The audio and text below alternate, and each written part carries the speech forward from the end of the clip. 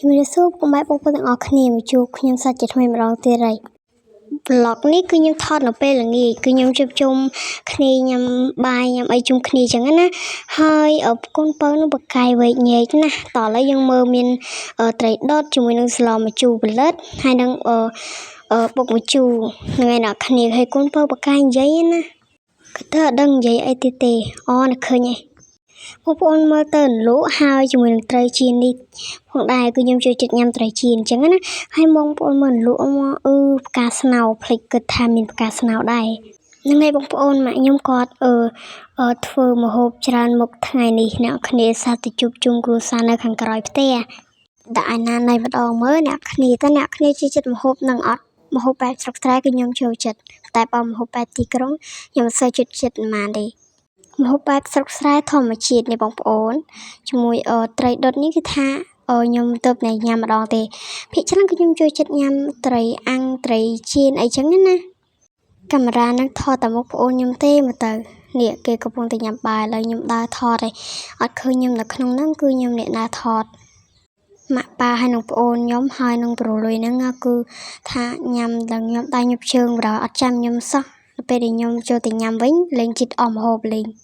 ថ្ងៃអ្នកគ្នាខ្ញុំសូមសំណូមពរបងប្អូនមួយផង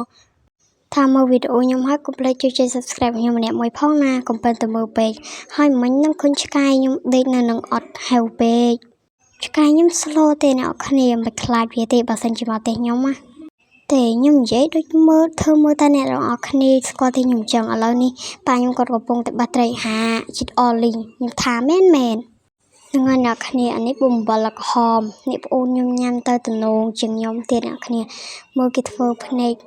ខ្ញុំជួយចិត្តថតតែមកប្អូនខ្ញុំញ៉ាំទេព្រោះថាបកែខ្ញុំវែកញែកថតអីឲ្យត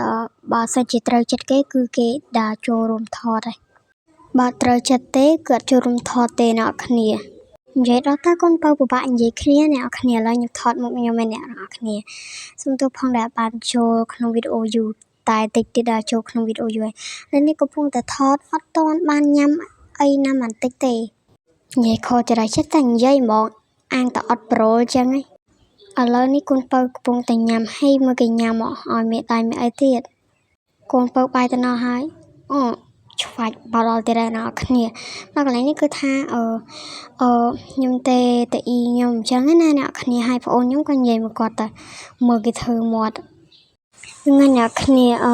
ចឹងប្អូនខ្ញុំគេបារះបារែងចឹងណា